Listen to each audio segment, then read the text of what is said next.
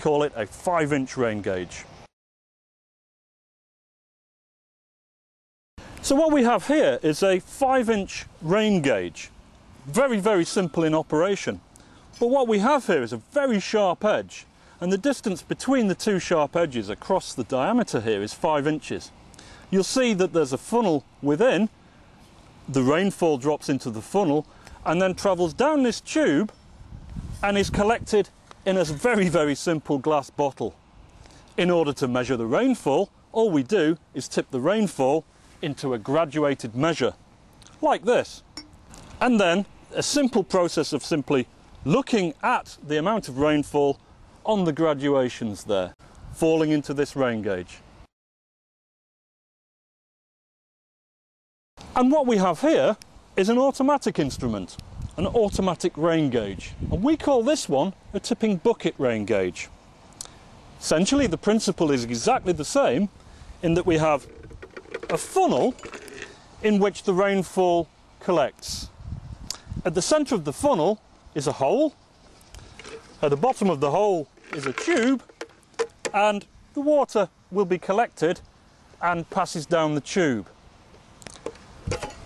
From the tube, what happens is that it then reaches the switch mechanism.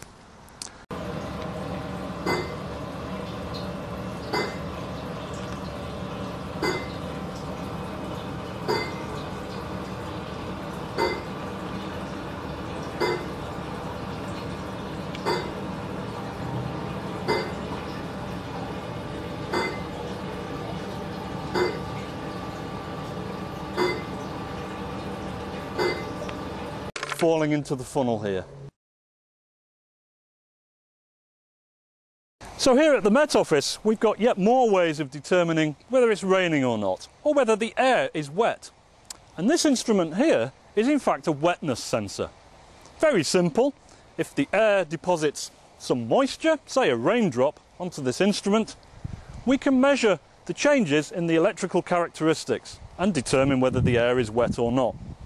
But a very interesting little story about this instrument is that it's heated. It's heated for a number of different reasons, but primarily to get rid of any water that's fallen on it.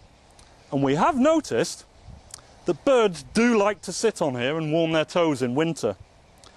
So what we've done, we've tried to fit these little spikes to stop birds sitting on there. And the reason is, if they're sitting here warming their toes, middle of winter, and they happen to do what birds do naturally, then that... The leaf wetness sensor detects when leaves in the canopy become wet and how long they stay wet.